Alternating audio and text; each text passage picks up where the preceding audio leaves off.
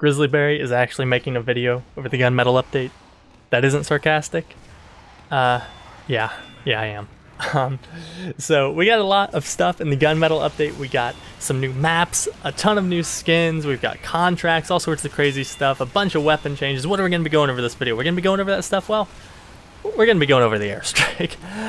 So the airstrike is one of my favorite weapons since this update. It got a pretty good buff. The damage penalty was changed from 25% to 15%, so it now does 10% more damage than it used to, and the blast radius has been changed from 15% to 10%, so it hits a little bit more. The 15% less damage also applies to rocket jumps, which is good because this weapon needs that to be able to get up in the air and really use what it's supposed to be used for. But if you really want the mobility, gunboats are still the way to go. The 15% blast damage on jumps from the airstrike does tack onto the 60% from gunboats, but it's very minimal. It's not really worth mentioning. What the game does is it applies the 60% from the gunboats first, and then the 15% from the airstrike after that. So if your rocket jump was going to do 40 damage, it would do 16 with the gunboats, and then 14 with the gunboats and the airstrike.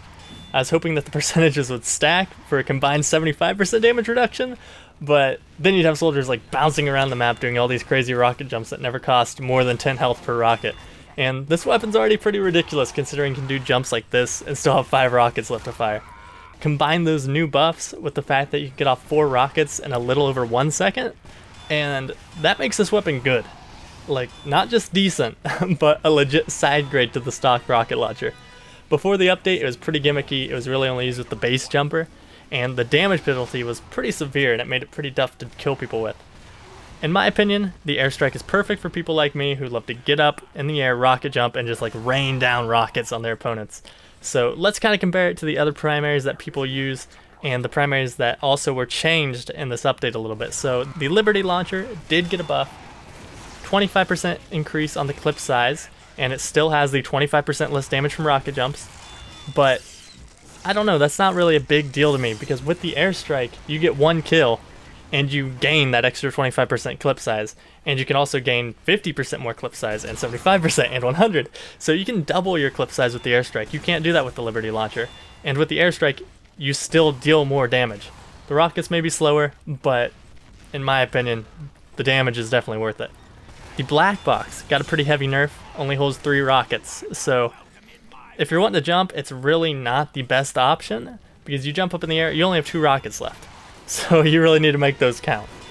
Another option that some people like to go with is the Beggar's Bazooka. I'm not a huge fan of it. I have difficulty doing the jumping with it, the crazy jumps that people do. I prefer the more traditional jumping. So for me, the airstrike is the way to go there. And finally, compare it to the stock, and it's a little bit worse in damage. The 10% less blast radius is a small downside. If you jump a lot, the airstrike is the way to go, in my opinion. If you play a lot of pocket soldier, you stay back with the team, you run shotgun, stock is probably your best bet, but if you can get a couple kills here and there, the airstrike becomes a viable option just because it gives you more in the clip, so you don't have to waste time reloading. So, what am I trying to say here? I'm saying that the airstrike is good. I like it. If you run gunboats, it's a really great option, maybe the best.